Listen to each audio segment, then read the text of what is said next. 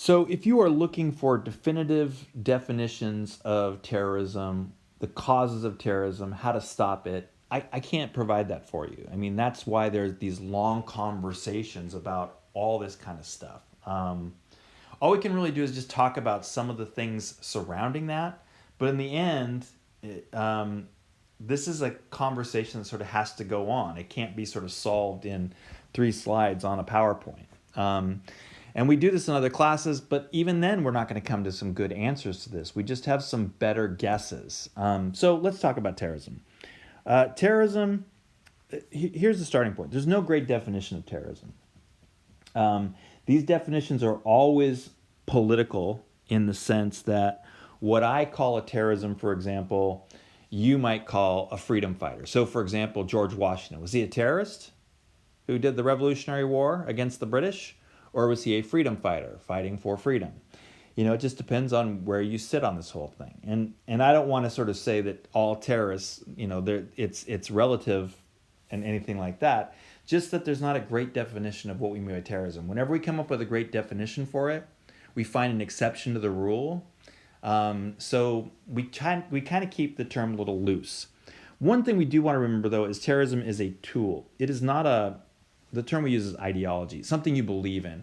A terrorist is not somebody who enjoys using terrorist tactics.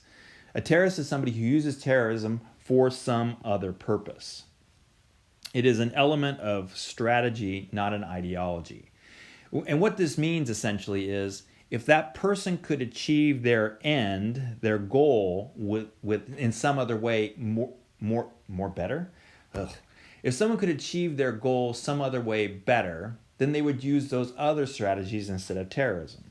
So it is a tool to achieve some other goal. And then we can ask, well, what goal? And I don't have a good answer for this either because it kind of varies.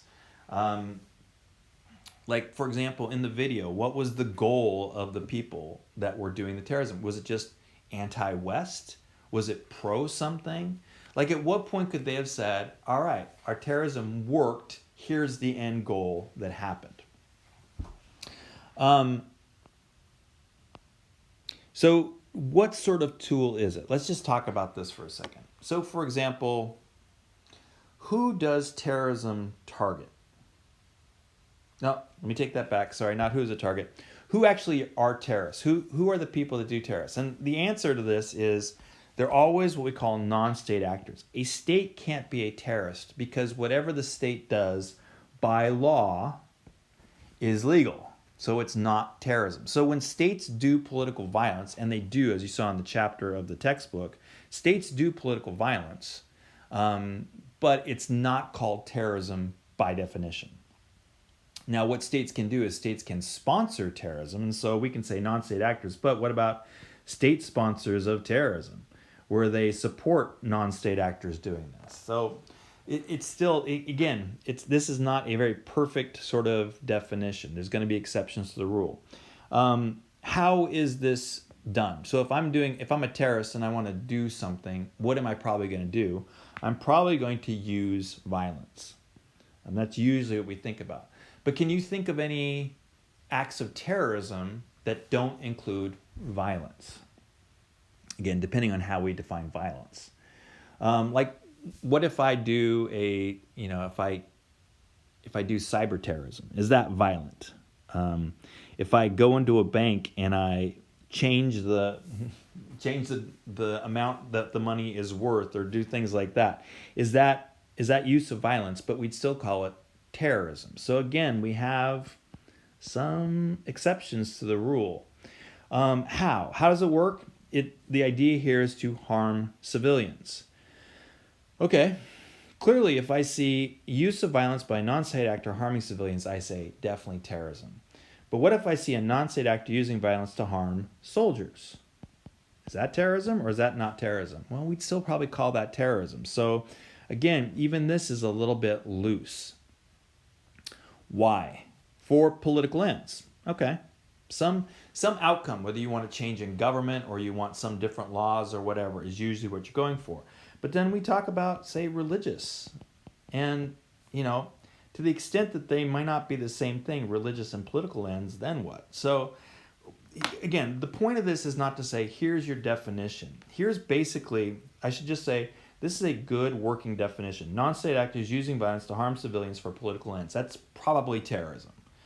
But we don't want to say that that is the definitive version, because there's all these things over here that are still going on. So here's some questions that might come out of this that we would talk about if we were together, that you can just talk about on your own, or ask, your family or your pet dog, whatever you want to do. Why are terrorist tactics wrong and other forms of violence right? In other words, why can the state legitimately use violence and a non-state actor is not allowed to use violence? Again, I'm not saying this is something that you need to change your mind on just to have an answer as to why that is the case. Why do people choose to use terrorist tactics? Like, one of the reasons, well, let me just say this. Let's talk about just very quickly, some of the theories that are out there. One of the main theories that happened, especially after 9/11, is that the people who do this are evil. So let's just think for a second, before we challenge this. If the people who choose to use terrorist tactics are evil, how do you stop them? Honestly, there's really just kind of one way at this point. If they're really evil, you have to kind of kill them, eliminate them. And drone strikes, things like that. And that's going to be one thing that we sort of do. Another is that they are crazy. They're just mentally unstable or insane or whatever. Sociopaths. Again, we're probably talking about this again. It turns out that these aren't great causal explanations about terrorism. Because even if that person over there is evil, and even if that person over there is crazy, it doesn't explain why an entire organization exists that perpetuates it. So, for example, we might say that, that person in Al-Qaeda is evil, or that person in ISIS is crazy. But it's really hard to make the argument that all of Al-Qaeda and all of ISIS are crazy.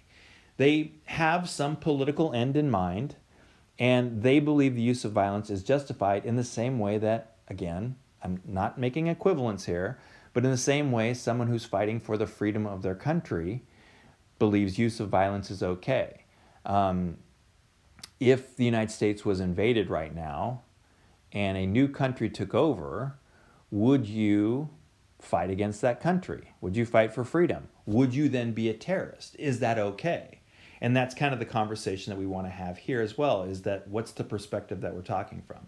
What it turns out, and this is probably the easiest but still not very helpful, why do people choose to use terrorist tactics? The answer is because the tactics work. If they didn't work, they wouldn't use them. Remember, I can't think of anybody, it would be hard to imagine somebody who's a terrorist because they love terrorism. There's probably some sociopath out there that's like that. But for the most part, they use terrorist tactics because they're trying to achieve some goal, and they think that that will help them achieve that. If they don't think that will help them achieve that, they'll do something else. So counterterrorism is largely trying to make sure these tactics don't work, with a little bit of this killing off the ones that are probably not the case. So that's terrorism. This was very unsatisfactory. I get that. But it's a jumping off point. It's a way to start thinking about these things. Okay, so next we're going to talk about genocide. You're going to read a little bit about the Rohingya. We're going to come back and talk about it. Then you're going to watch some videos.